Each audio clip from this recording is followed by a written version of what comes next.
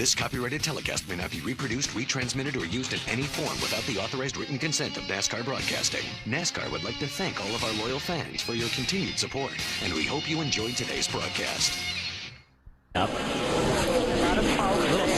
your outside. Watch your outside. Spinner down into the front straightaway as the 72 car has spun it around. DJ Kennington. Let's go, Trey. Get going.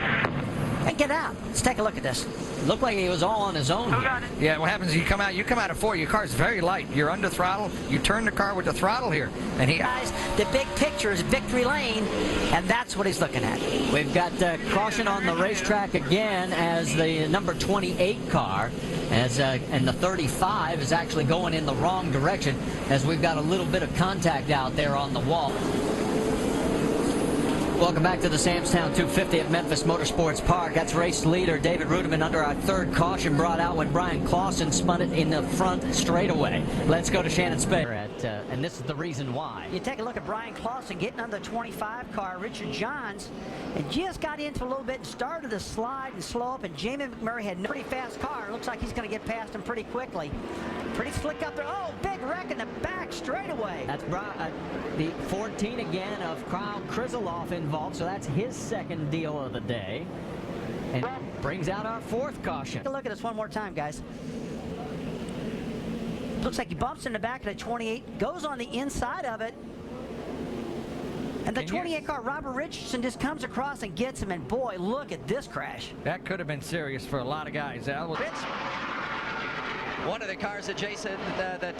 Yaley is battling with is the 90 of Stephen Light. Light commented a moment ago that every time he gets up to Yaley's door, Yaley slams the door. Now, Light's spotter today is his dad, Russ.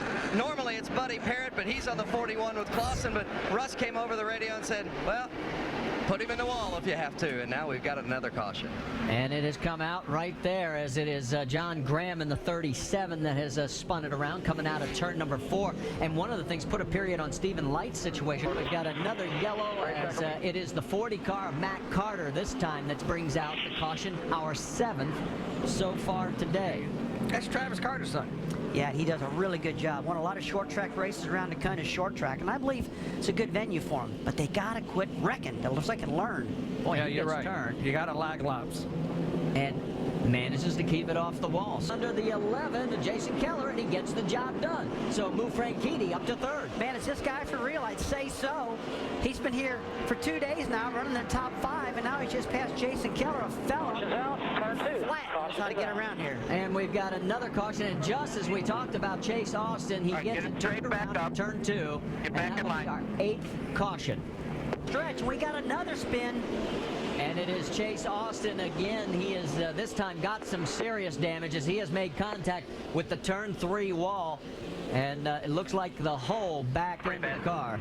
I'm just going to see the tail end of it, and he's already into the spin there, and there is the contact. So a tough break for the 18-year-old, but another page of history as he becomes the second African-American to qualify and start a Busch Series race. I mean, almost every single race, Randy, this car drives good, handles good, it runs fast. They have done a great job. Another caution. And we've got another crash, and it's the 71 again that we can see through there. That is Ron Young involved this time, and the 9 car of Chase Miller.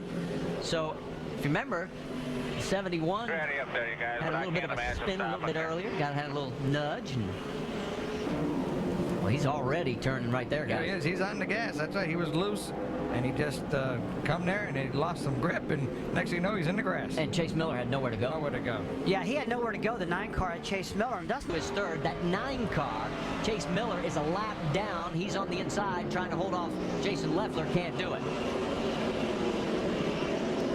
You know, these guys have been crashing like crazy throughout the day, and Randy, you got to believe that the cold tires, things like that's what's causing it. And we got another one in turn 2. The 36 car this time goes around. Jeremy Clements, as he was running very well right up until that moment. Jeremy had ran up to the 16th. That ain't your fault. I mean, hell, you give them all the room they need. Look, the very tail end of it. Yep, he gets a little help right there, and it's the 77 car. You know, I really don't think Brandon Miller meant that on purpose. Looks like he got... There's a lot of watching what's going on in that other box. There you see that bump the ski mogul, and look out, we've got another spinner in turn number 3 and more contact into the wall. And it is the 66 of Stephen Wallace. And Rusty, get your checkbook out, buddy. Well, I saw that one coming. The 88 car, Brad Keselowski and Stephen were going at it. Okay, he's okay, all right? Keselowski. Turn 3, going in there, and just jacked them right up. You're on the brakes hard right there. You're on the brakes, and you're either going to lock up and slide into the guy, but then again, I mean, that started to restart From pit lane as we go back to green flag racing here on lap 108 of 250. Well, I tell you what, that 99 and David Rudeman, these guys are going. We got another spin. The 5 of Landon Castle goes around. We can't even make turn 1, guys. What is going on out here? Out. Go from pit lane as we go back to green flag racing here on lap 108 of 250. Well, I tell you what, that 99 and David Rudeman, these guys are going. We got another spin. The 5 of Landon Castle goes around. We can't even make turn 1, guys. What is going on out here? Out. Everybody's checking up, and he got in there. He checked up, and Jamie did it. That's the second time Jamie spun somebody out. You know, guys, I don't know if this has ever happened before. Car of Brad Keselowski is able to run up front, even though he is a lap down. And now here comes Bliss down into the corner underneath. And again, we've got smoke coming out of turn 4 and another spin. Yellow is out. 27 this time of Brad Baker. Purchase the team. Take another look. Looks like he got a little help. They were kind of 3 wide. You saw Tim McCready right there in the middle of that. They all got sideways and lost, and Brad Coleman got in the side. To give you an idea, and here we are. We've just passed the halfway mark at the race. There is Carl Edwards, of course, one of our big stories. Carl trying to clinch his first NASCAR Series championship. And remember, he stopped, so he is back in 19th place. In fact, now starting to jump up through the field is Carl. Give it to Carl Edwards, that's for sure. Carl's going to have to earn this one, and this is close quarter he's in right now. And we've got more smoke and spins going on down the front straightaway. There's the 49 and the 71. You've got Brian Keselowski. Oh, and Carl Edwards is in it. Unbelievable. Our points leader is crashed at the start-finish line. A victim of what's happened here. Sterling Marlin in the one car. In the middle, got stuck in middle. 71. That's Ron Young, the 49 of Brian Keselowski, and then off to the left of that is where Carl gets swept up with it. Here we go, on board with Carl. He's seen it happening. He was slowing down. But he has dropped all the way back to his lowest position. Vince Welch, he's back to 14th. One of the things that really hits home when you listen to the spotter and the communication with the driver during a situation like that where Frank Katie's getting freight trained is how important the spotter is at a racetrack like this. Lauren Rainier is the spotter for Frank Katie in the 42 today, on the radio almost non-stop with Dario, particularly during that last session, making him aware of where drivers are coming up as you see another caution out. Yeah, unfortunately, the 47 of Kelly Byers managed to turn it around in the exit of turn 2. It doesn't look like he's done too much damage, but guess what? We have now tied the record for cautions here at Memphis. Rudeman's just a tick quicker. Uh-oh. Right here, get it slow down. Go high. All right, we're good. As now we have a car up into the wall. It's Brad Coleman up in turn number 1. Will that bring the caution out? Take a look, this whole freight train of incidents. Well, you see the 25 car slide up the racetrack. Richard Johns just drove in real deep trying to slow it up. For the wall. And right in front of our Carl Edwards, our 60 car, trying to get back up the front right in front of a second. Oh, and another crash. That's Mike Wallace sideways. Here comes another car around. It's Carl Edwards as he tries to avoid it again. Several other cars spin in this mess, and the yellow is out for the 18th time. Another look. Cale Gale gets in the back of Mike Wallace, spins him. You see Brad Keselowski going around, and now it's just solid, blocking the track with smoke. Frank, right side of your screen, Marcus Ambrose. Remember when he pitted earlier, and we all questioned whether that was a good move? Oh, there we go around again. Stand behind, just the left side. Stand behind you. Caution down. You got him. Well, yeah, I'm all right. What in the hell was that? Go down, this is fucking 40. Well, we apologize for the radio communication. Down the back straightaway. And every single restart he hits that run, you think he's just going to pass him on outside and ducks back into the bottom. There's evidently just not enough bite on outside of the track. Oh, and we don't make it again for another lap, and you saw the 42 of Yellow's out.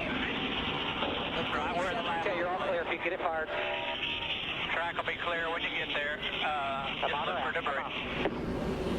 And Franchitti can't get refired. Now he does. You're all clear if you get it started. Coming in hot. Well, see, the problem's happening again with Dario. Gets in deep but can't get this car to stop. And now, this is 2 times in a row that Dario's had this problem. So he just needs to get to the back. Pressure tires. Remember, he stopped a lot earlier than all these other guys in front of him. Oh, we got another spin, the 21 of McCready. With 43 laps to go, we are now up to 22 cautions here at Memphis. Got onto the apron. Yeah. Yeah, it looks like McCready got down the apron, actually hit Yep. the awful close to Carl Edwards. And that is for position. I mean, Castle is fighting it out for that 10th spot. For an 18-year-old rookie, I think. Caution, turn 4. Trying to see who it is. It looks like it's the 43 of Bobby East, the 16 of Colin Brown. So it is now our 24th caution on the track. Tell you, poor old Bobby East has been in a lot of cautions today, but he's learned a lot, that's for sure. And they're all stacking up, Randy, just like you said, all day long. That's right, Miller 3 and 4. It's accordion, boy. Yeah, it looked like Ron Young in the 71 was a little slower. Hey, right now, Carl Edwards' car, he's back in 10th, guys. He just can't seem to gain any ground. In fact, he's about 3/10 of a second slower than the leader. And I can guarantee you, there's going to be another caution. And it is Stephen Wallace that goes around in turn number 4, bringing out our 24th caution. Get it fired up. And it's another case of a car just getting in the corner too deep. You see the 49 car of Brian Keselowski just locked the left front wheel up, couldn't get slowed down, and got in the back of Steven. Break up, you know, all you're going to do is slide into the guy in front of you. And there was a guy that wasn't racing for position, so that shouldn't have happened. Was there a little confrontation there on the way to pit lane? Well, I would say that Steven's pretty upset right now. His temper's getting We to are out of the race. We are out of the race. Go to the trailer. It's over. They pulled our scorecard. Okay, so something has happened that NASCAR did not like, and they have told Stephen to go to the trailer. Well, there's rough driving going on right now. NASCAR's not going to tolerate it. They got mad at Steven for, you know, he got mad because he got spun out by the 49. And he's just upset right now. He's had a bad year, and he's hoping for a good race here, and it didn't happen, so frustration set in. He has never been the first one to the stripe seeing the checkered flag. This time by 2 laps remaining, separating him from that first win. And he is driving his brains out right now. Down the back straightaway into turn 3, Randy, a little while ago, brakes on fire, bottoming out. And we have got a spin. Oh, and you hear the frustration in the voice. Caution out for the 25th time. The 10 car of Brent Sherman. Everything you can. Let's take a look, see what happened, what brought out this 25th caution. 10 car Brent Sherman goes around. Can't tell from there if he got help. Back bumper was clean.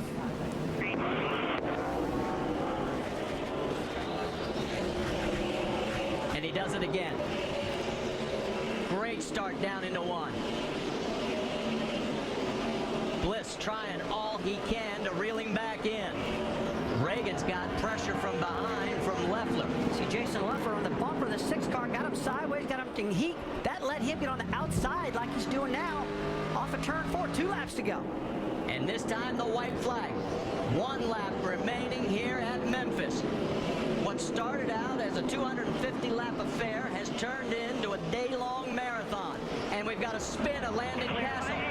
They'll go to the finish. This one will end as here he comes to the checkered flag.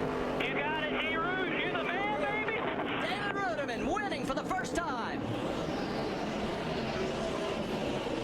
Did Carl make up any spots in that? Carl was caught in the spin. He spun too, was avoiding the wreck. Stop that, boys. Guys, I'm not for sure if he spun or not, but he was involved in that altercation, too, Carl was with Landon Castle. So It looks unofficially that Carl had dropped all the way to 25th position as This copyrighted telecast may not be reproduced, retransmitted, or used in any form without the authorized written consent of NASCAR Broadcasting. NASCAR would like to thank all of our loyal fans for your continued support, and we hope you enjoyed today's broadcast.